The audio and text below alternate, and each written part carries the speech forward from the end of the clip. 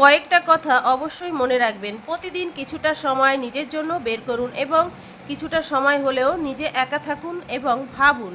তাহলে সব প্রশ্নের জবাব আপনি পেয়ে যাবেন। 2, সব পরিস্থিতিতেই হাসুন এবং শান্ত থাকুন। 3, সেই জানালাটি বন্ধ করে দিন। যত সুন্দরই সে দৃশ্য থাকুক না কেন, যে জানালাটি আপনাকে কষ্ট দেয়। 4, আপনার ইমোশনকে সবার সঙ্গে শেয়ার করা বন্ধ করে দিন। এখানে কেউ নেই আপনার ইমোশনকে বোঝার জন্য। 5, কারোর উপরে এতটাও আসক্ত হবেন না, মানুষ বদলাতে বেশি সময় নেয় না।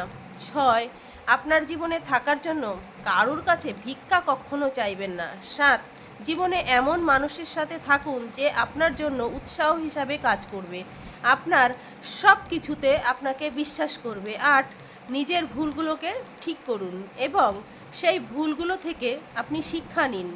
9, জীবনে যা কিছু পেয়েছেন, যা কিছু আছে, সব কিছুর জন্য শুকরিয়া করুন।